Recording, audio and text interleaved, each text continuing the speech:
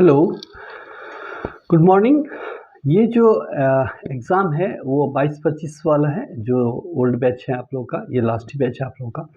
23-27 मतलब 22-25 का जो सेशन है इसका, ये बैच है। और 22-25 में जो जूलॉजी ऑनर्स हैं, एलएनएमयू से कर रहे हैं और जिनका जूलॉजी ऑनर्स है, ठीक है, उनके लिए पेपर 7 का कुछ गेस क्वेश्चंस है, ठीक है। तो इस पे हम लोग डिस्कस कर रहे हैं, जिसका एग्ज़ाम जो है वो 25 में होने वाला है, ठीक है। और ये पेपर जो है वो 7 है। 3 पेपर्स। अब इससे पहले वाले वीडियो में मैंने पेपर्स के डिस्क्रिप्शन के बारे में आपको बताया है कि आपको 3 पेपर्स थ्योरी देने हैं, एक प्रैक्टिकल देना है। तो ये पेपर 7 है। जनरली इसमें बहुत मतलब वास्ट है सिलेबस, ठीक है। बहुत फास्ट सिलेबस होने से इसमें पढ़ना बहुत कुछ है। फिर भी मैंने कोशिश किया है कि कुछ ऐसे क्वेश्चंस को लाया जाए जो आपको मिल जाए, आपके एग्ज़ाम्स में टकरा जाए। तो आप जो पढ़ना है पढ़ सकते हैं, लेकिन इन कुछ गेस क्वेश्चंस को आप ज़रूर पढ़ के जाइए, जिससे आपका एग्ज़ाम्स बहुत अच्छा हो। इसके लिए ये कुछ क्वेश्चन बनाया गया है। अभी आपके पास टाइम भी है और आप पार्ट 3 में अभी पार्ट 2 का एग्ज़ाम देके पार्ट 2 का आपका रिज़ल्ट भी आ चुका है, और जो बच्चे पार्ट 3 का एग्ज़ाम देंगे उनके लिए अभी थोड़ा टाइम भी है। तो आप थ्रू आउट पढ़िए, लेकिन ये जो गेस क्वेश्चंस आपको दिया जा रहा है इसको आप पूरा करके ज़रूर जाइए, ये मेरा आशा है आप करके जाएंगे। और इतना करने के बाद आपका एग्ज़ाम्स बहुत अच्छा होगा, ये मेरी शुभकामना है आपके लिए। आप इसको पढ़ेंगे।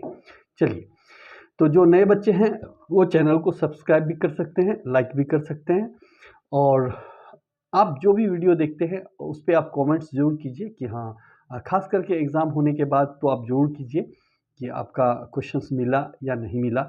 ये बहुत इम्पोर्टेंट है। जो भी गेस क्वेश्चंस दिया गया था वो आपको हेल्प हुआ उससे या नहीं हुआ, वो आप ज़रूर कमेंट्स कीजिए। अभी आप अपने दोस्तों के साथ जिनको नहीं भी पता है उनको आप शेयर कर सकते हैं कि वो कुछ इस क्वेश्चंस को अच्छे से करके जाएँ, जिससे उनका एग्ज़ाम्स अच्छा हो। तो इसमें भी सेम ही पैटर्न है आपका। 2 ग्रुप्स हैं, ग्रुप ए और ग्रुप बी।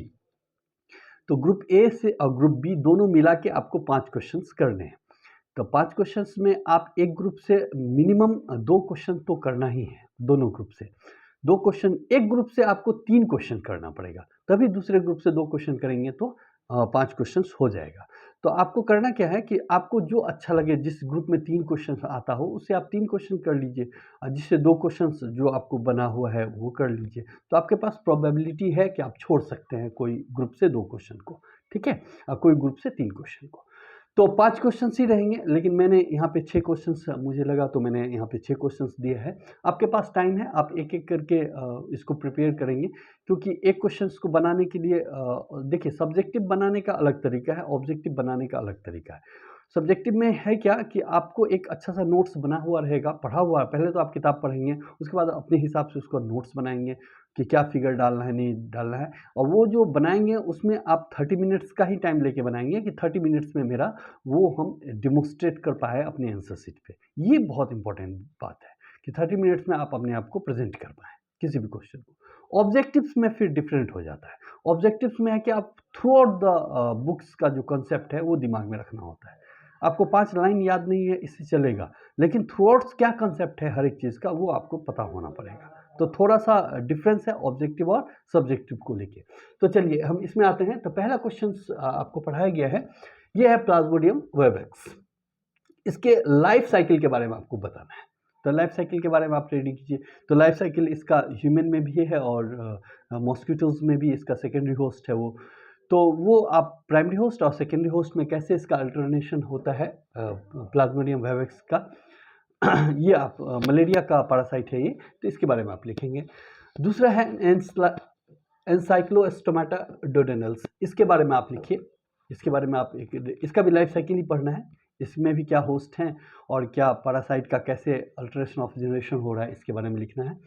तीसरा ये आप इंटरमीडिएट में पढ़े हैं, हम आपको एक बार पढ़ा भी देंगे नहीं होगा तो, डिफरेंट कंट्रासेप्टिव मेजर, ठीक है। ये फैमिली प्लानिंग के लिए यूज़ किया जाता है कंट्रासेप्टिव। ये कुछ टेम्पोररी भी हैं, कुछ परमानेंट भी हैं, ठीक है। तो इसके बारे में 12 में एक चैप्टर है कॉन्ट्रासेप्टिव मेजर का, तो उससे उसका ही एडवांस फॉर्म में आप उसको देखेंगे कि क्या क्या है, डिफरेंट मोड्स को आपको लिखना है, ठीक है। उसमें आप मतलब फिजिकल से लेके और जो इंजाइम्स हार्मोन्स यूज होते हैं वहाँ तक किस मोड में क्या क्या यूज़ होता है, कैसे यूज़ हो रहा है, क्या फंक्शन है, मोड ऑफ एक्शंस बहुत इंपॉर्टेंट है। आप मोड ऑफ एक्शंस को हर एक इसमें जोड़ेंगे। दूसरा उसके बाद है next, describe the life cycle, mode of infection and pathogenicity of the protozoan pathogen causing kala azar. ये कालाजार का जो है वो लिस्मानी डोनोवानी है।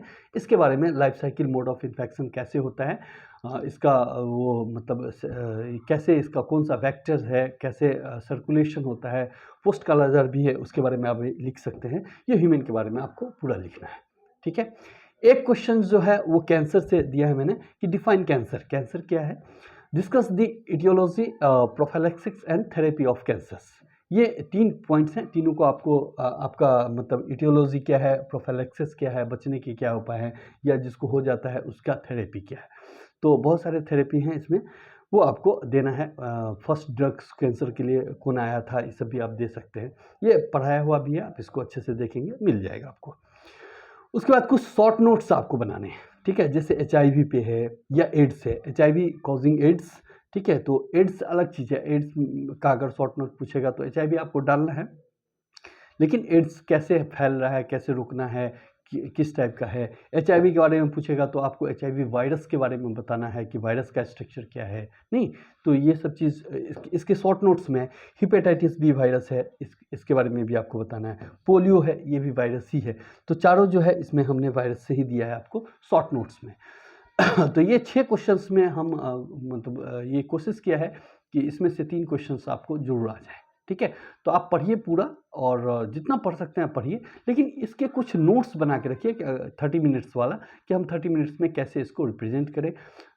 जूलॉजी का क्वेश्चन है, चूँकि साइंस का है, तो इसमें आप कोशिश करेंगे कि फिगर्स आए, 1-2 फिगर्स जरूर हर एक क्वेश्चन में रहे, जिससे फिगर से डेमोन्स्ट्रेशन हो या एस्टिमेटिक डायग्राम्स रहे, जिससे आप अपने इससे क्वेश्चंस को अच्छे से डेमोन्स्ट्रेट कर पाएँ आंसर्स को। तो ये होना पड़ेगा। तो आई होप सो आप इसका एक स्क्रीनशॉट भी ले सकते हैं, आपको देखने के लिए अच्छा रहेगा।